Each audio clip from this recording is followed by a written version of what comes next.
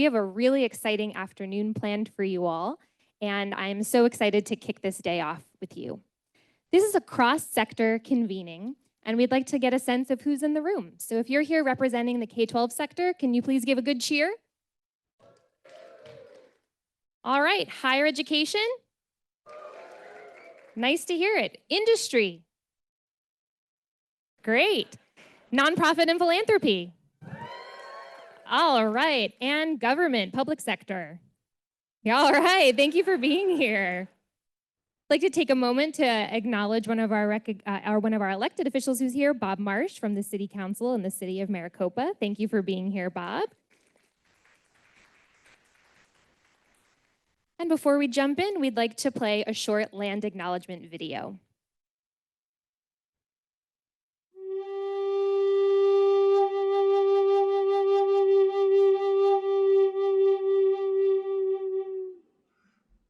Arizona State University is located in Indian country. There are 22 tribal nations in Arizona.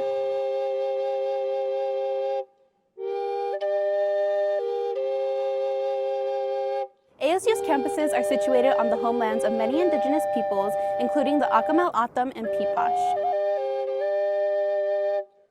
Arizona State University recognizes the original inhabitants of these lands and recognizes that they still reside throughout the Phoenix metropolitan area. And we recognize the impact of their wisdom and generosity towards us. If you've flown into the valley, you have undoubtedly seen the Salt River Project canals that surround the area.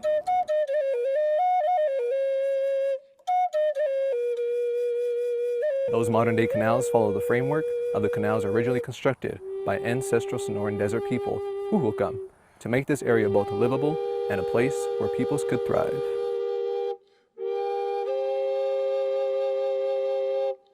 We acknowledge that the modern-day indigenous nations that descended from the ancestral peoples are the original inhabitants of this land.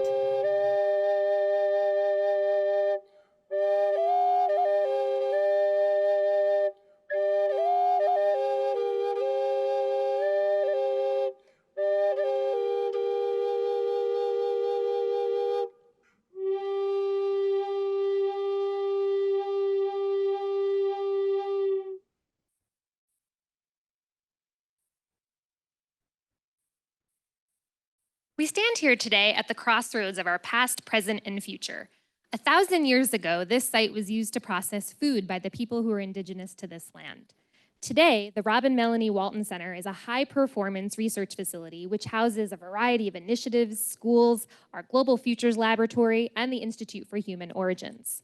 And over the course of this summit, we'll be thinking about our future. We will articulate the design conditions, resources, partnerships, and mindsets that we need to build a better future. More specifically, we will envision how to create pathways, strategies, and initiatives to diversify our future STEM workforce. Here at this summit, we're building a STEM ecosystem rooted in inclusive excellence to power progress, innovation, and prosperity for all by 2050. I'm now pleased to introduce ASU President Michael Crow. President Crow is an educator, knowledge enterprise architect, science and policy scholar, and higher education leader. He became the 16th president of Arizona State University in July 2002 and has spearheaded ASU's rapid and groundbreaking evolution into one of the world's best public metropolitan research universities. President Crow.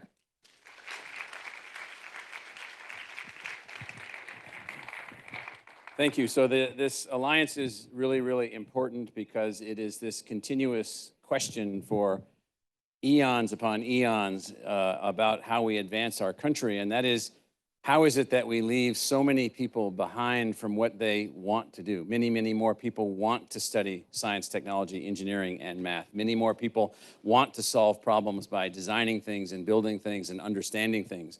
Many more people than are able to comprehend the way that science, technology, engineering, and math are taught. Many more people want to understand it and they can't. And in the world that we live in, it's always the student's fault. It's always the learner's fault. And so we've been working literally for 2 decades plus at this institution to change every assumption about how we work. So you're sitting on the edge right now of our institution. We have 32,000 staff, 80,000 students on campus from all 50 states, 158 countries, every background imaginable. There's 23 Native American tribes in Arizona. We have students here from 215 Native American tribes here with us, here with us.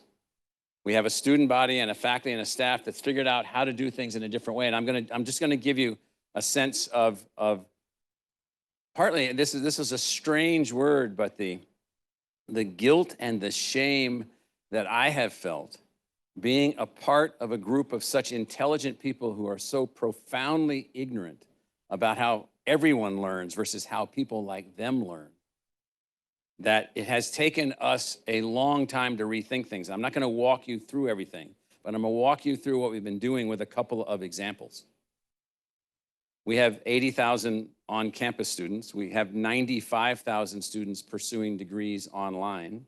Between those two groups, we have almost 70,000 STEM majors. When we started the process, we had about 10,000 STEM majors. How do you do that? How do you make that work? A few years ago, about 12 years ago, we graduated 1,000 engineers. This year, we graduated 7,000 engineers. How do you do that? It means you have to look at yourself, and I hope that this alliance can help everyone to look at things. You have to look at how you work, how you teach, what your culture is. And it's only been as a result of the changing of culture, the acceptance of technology as a teaching tool, the acceptance of different kinds of intellectual designs, the acceptance that actually only a small percentage of the population are capable of learning calculus the way that it's being taught by most people.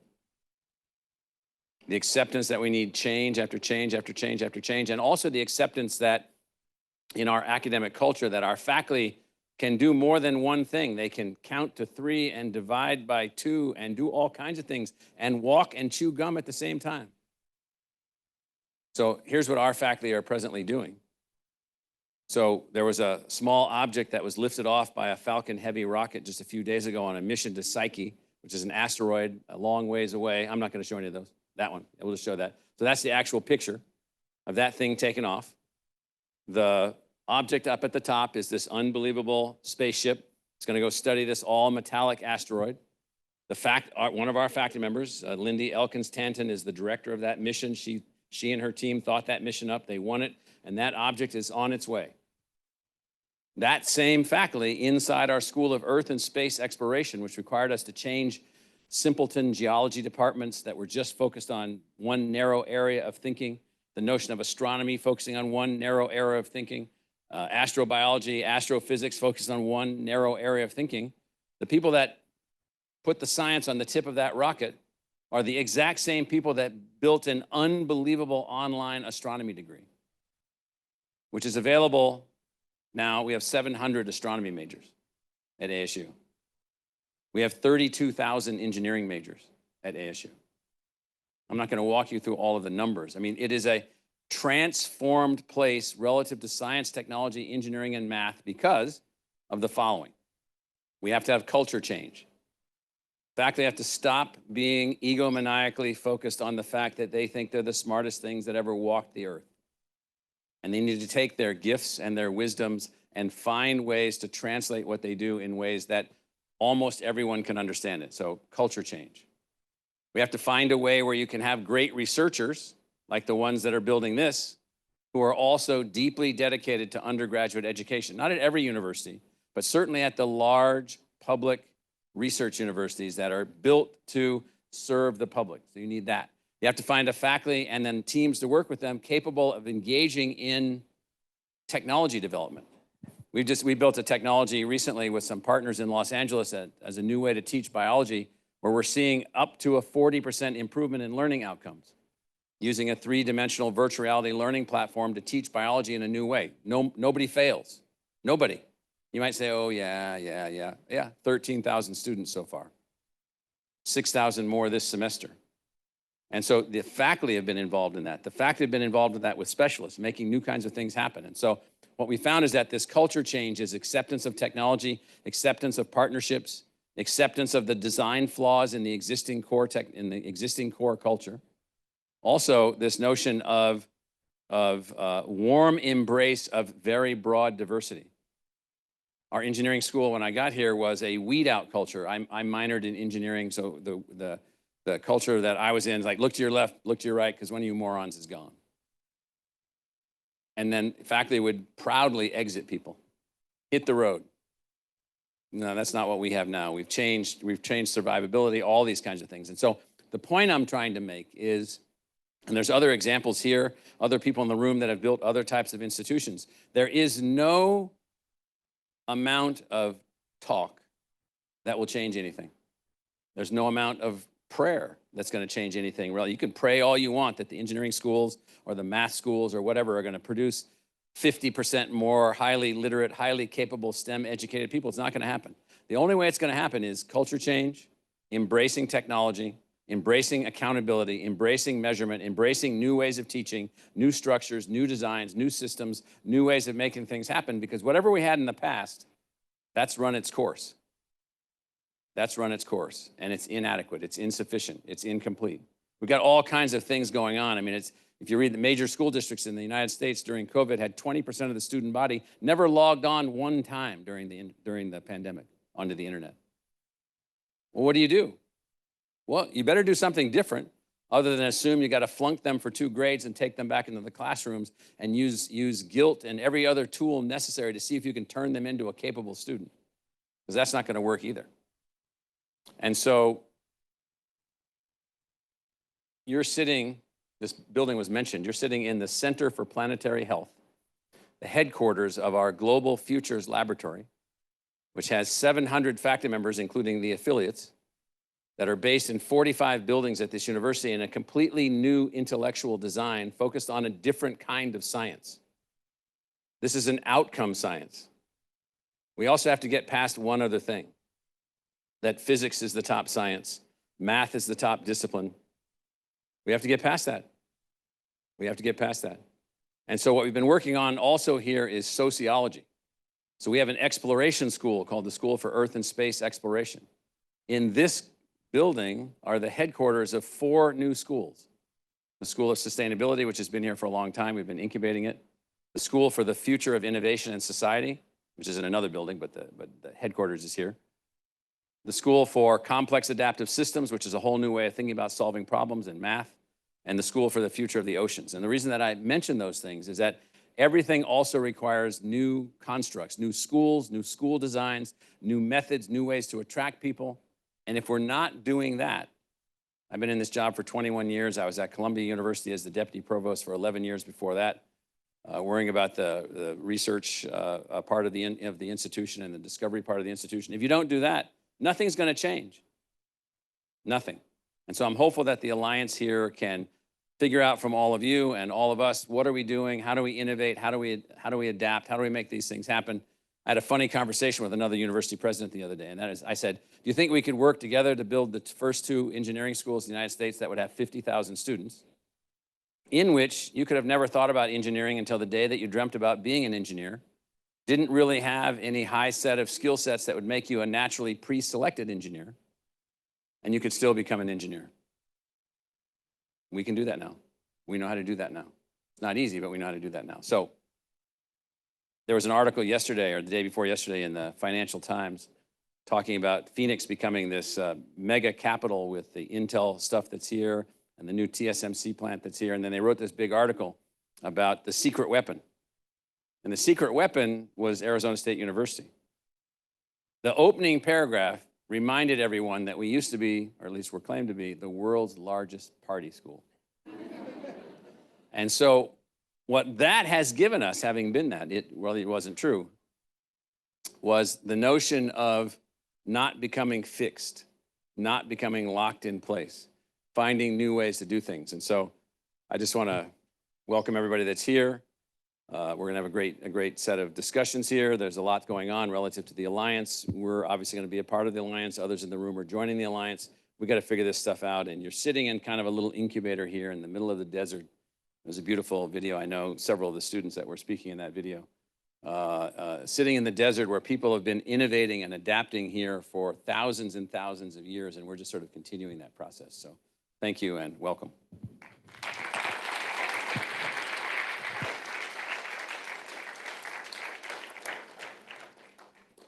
Thank you, Michael. I'm pleased to now introduce Sudip Parikh, who's the 19th Chief Executive Officer of the American Association for the Advancement of Science, or AAAS. He's also executive publisher of the Science family of journals. Sudip has brought a renewed focus on diversity, equity, and inclusion and accessibility in STEM to AAAS. Since joining AAAS, he has made DEIA a cornerstone of AAAS's internal and external work, including the modernization of AAAS's governance structures and launching the annual AAAS DEI report. Sudip is an active member of the scientific advocacy community and serves as a board member and officer for several impactful organizations. Thank you for being here. Thanks, Jacqueline. Thank you, Jacqueline. And first of all, let me just start by saying, wow. The comments you just heard from President Crow are extraordinary. And I know they're extraordinary because I spend a lot of time at universities around the world. And most universities, and I'm going to steal one of his lines, so I apologize for that. Most universities are measured by who they exclude, And we've got to turn that around by measuring who we include and how successful they become. And I know that's part of your charter. It is an extraordinarily profound statement that actually can serve as the foundation for how we think about systemic change in the sciences, in the scientific enterprise. And first of all, I want to welcome you here on behalf of the AAAS. We're going to have a great afternoon. But I want to start just by sitting back in awe for a second, because we do live in extraordinary times. We live in absolutely extraordinary times. That launch of Psyche is one more manifestation of the world that we're living in. We live in a time when I can, with a straight face, talk about the methane-covered mountains of Pluto, because we've seen them. Ice mountains with methane on top. I can talk about the fact that there are cures for diseases like sickle cell anemia. Yeah, how about extraordinary, right? We actually have cures. There is a woman walking around in Mississippi right now who has not had a blood transfusion in 4 years because of science. And that is an extraordinary time to be alive. And I can do that, I can name that in every field. I can name it in mathematics, I can name it in physics, I can name it in biology. We are living in wondrous times. But as Michael said, that is the playing out, that is the inertia coming from past investment, past thought, past structures. And we have to be thinking about the future. The organization I lead is 175 years old.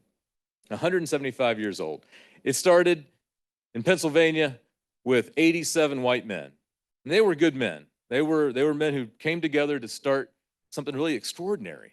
A collaboration of scientists in 1848, pre-Civil War. But nothing stays alive for 175 years without evolving and having revolutions. And this organization looks nothing like that one. Almost nothing like it. There's one thing that it still shares, which is that commitment to wonders of science, that commitment to advancing science. But the board looks like America. It is majority women. Majority women. Because it turns out in the life sciences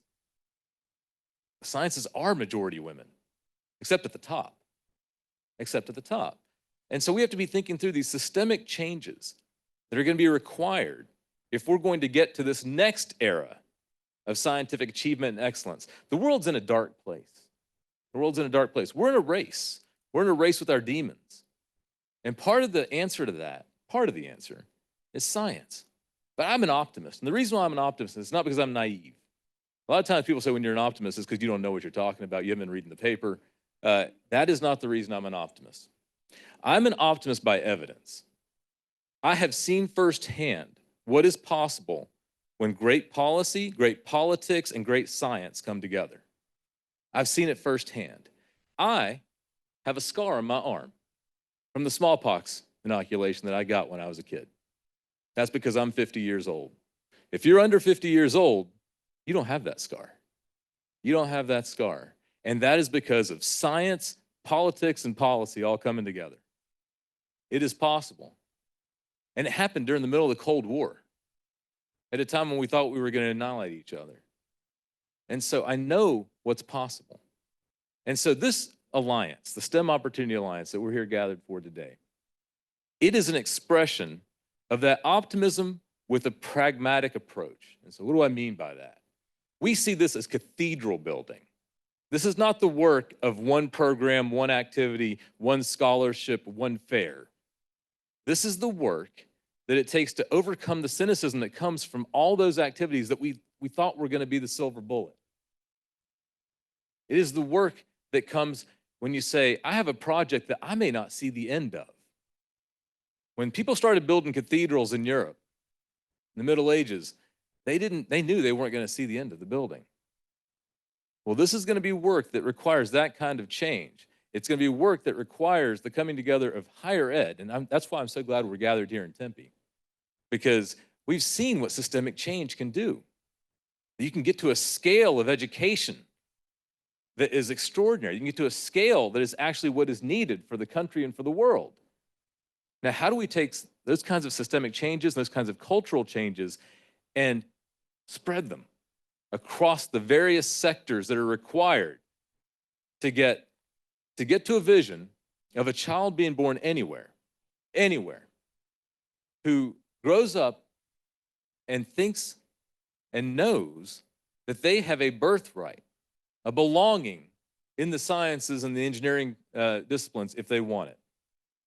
And they don't even think about the fact that there was a fight for it. That is the vision that we want to get to. Now, that is years and decades ahead, because we have a long history that we have to overcome. But it starts by laying the plans. And so what the STEM Opportunity Alliance is working toward is we kicked off at the White House a year ago. We kicked off and we brought together a small group of people in a room like this, and we said, what's it going to take? We said, we're going to need a national plan, a strategy, because you can't have, plan beats no plan almost all the time. And that plan needs to be co-constructed with the people on the ground in communities across America who've seen this problem and are trying to do the work. And so in cities like Tempe around the country, we've gathered together the folks who are doing policy making from Washington and the folks who are in their local communities, in local schools, trying to improve education. We've said, how do we co-construct a plan where we can see ourselves in that plan? And what are the pillars that are required? And then in that same room, we bring together the foundations and the funders who can identify the doers and then fund them to make that plan happen. And it takes time and it takes work and it takes cultural change. But you only do it once you get started and you have a plan. And so coming together, so now that plan is out for draft comment.